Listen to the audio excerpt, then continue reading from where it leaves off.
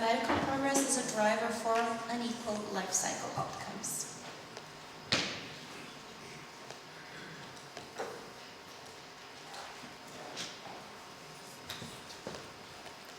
Right, thank you so much.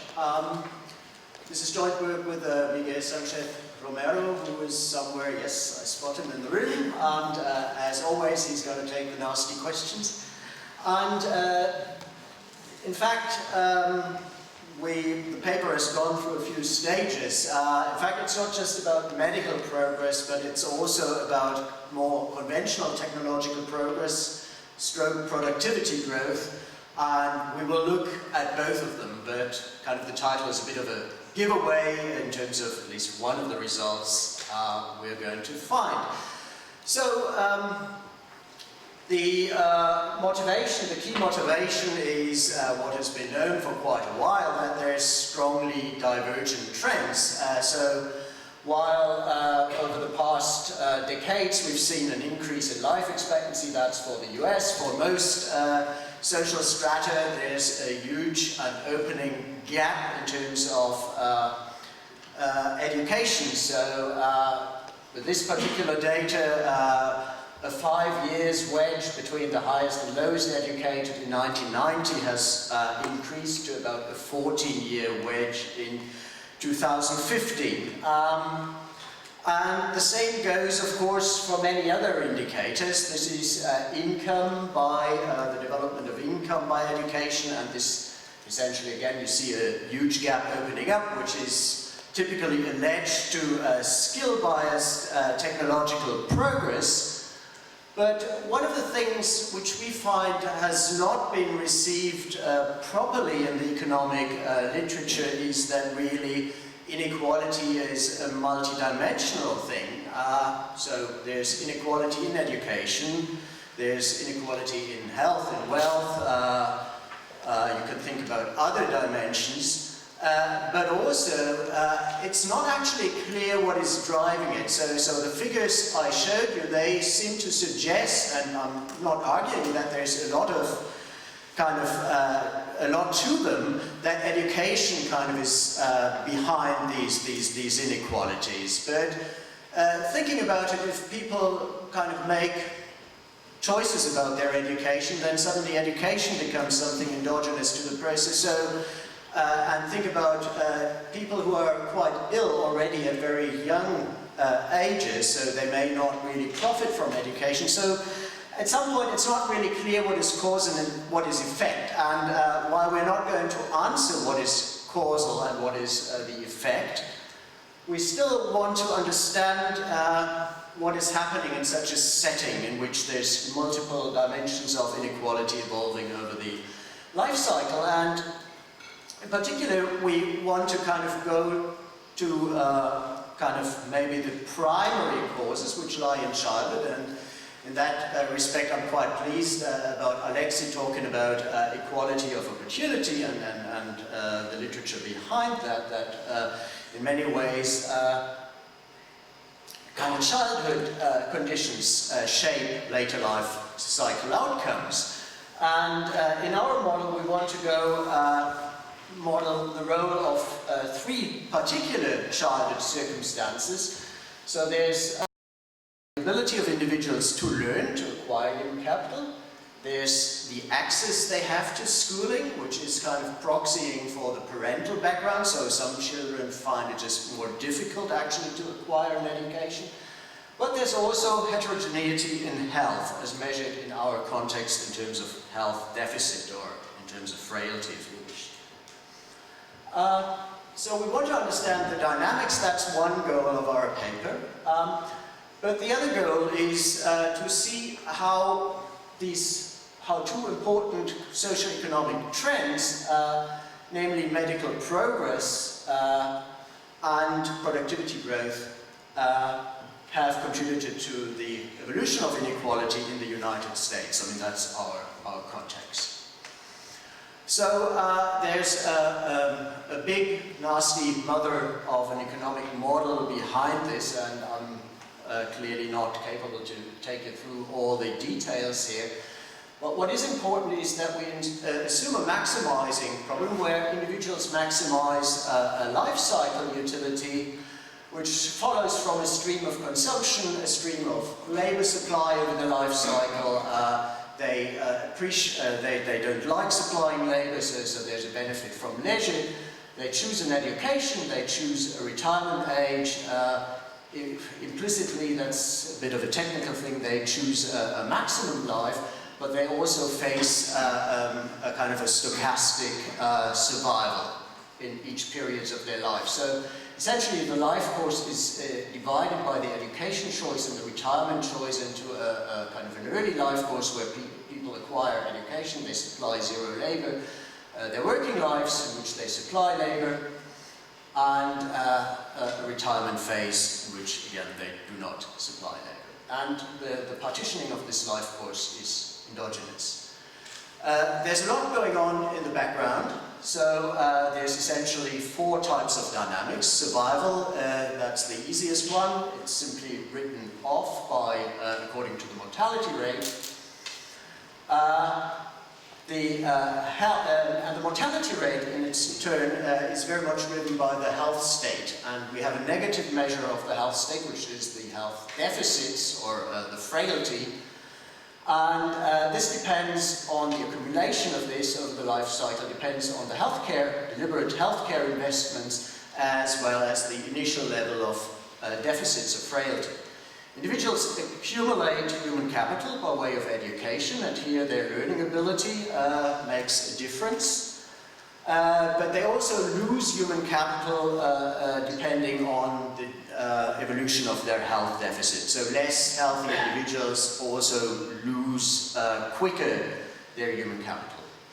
Finally, individuals accumulate financial wealth, which is kind of the common economic part to this model. They use this for consumption, for financing healthcare, and for financing education. Oh dear.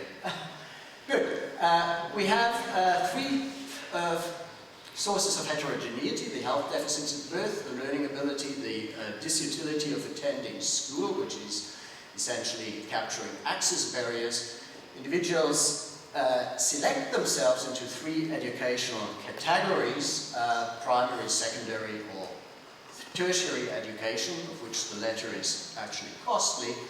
And we then develop a solution, a mathematical solution to the model where we obtain optimal trajectories of consumption, labor supply, and healthcare over the whole life cycle. We determine the retirement age, longevity, and we determine the choice of schooling within one of the 3 categories.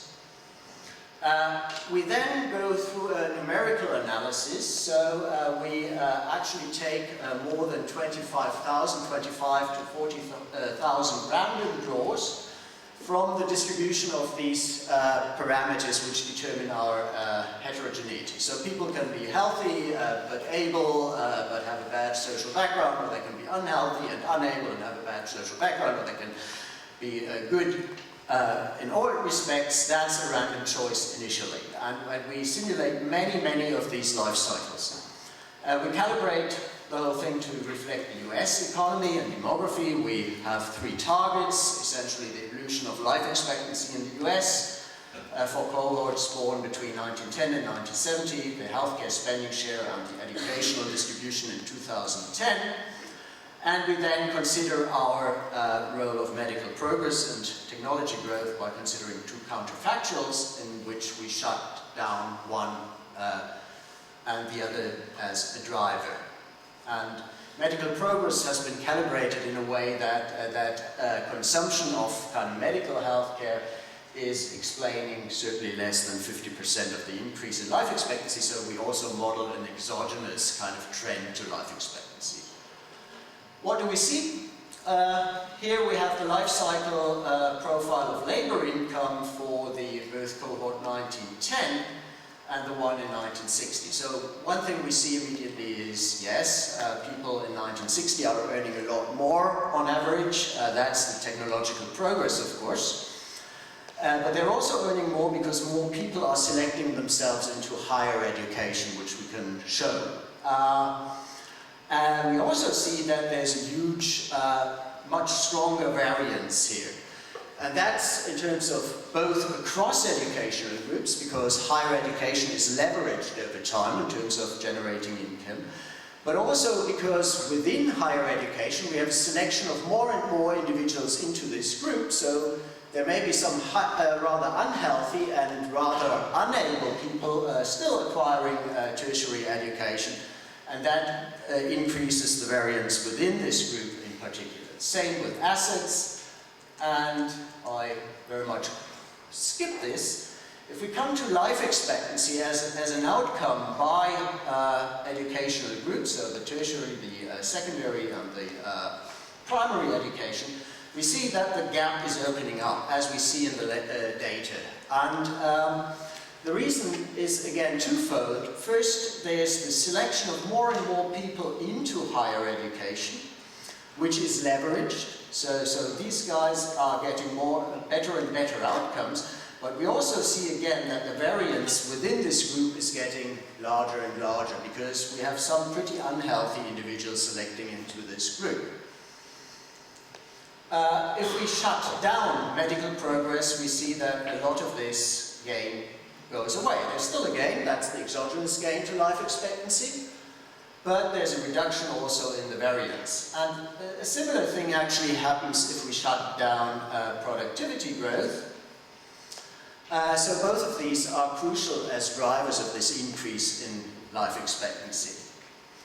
Now, coming to our outcome measure, which is well-being, and that's essentially the maximized life cycle utility. Now, there's a number to it which you can't make much sense about, so we normalize this to 1 for the 1910 cohort and the average level of life expectancy. Then we can compare everything with respect to this figure.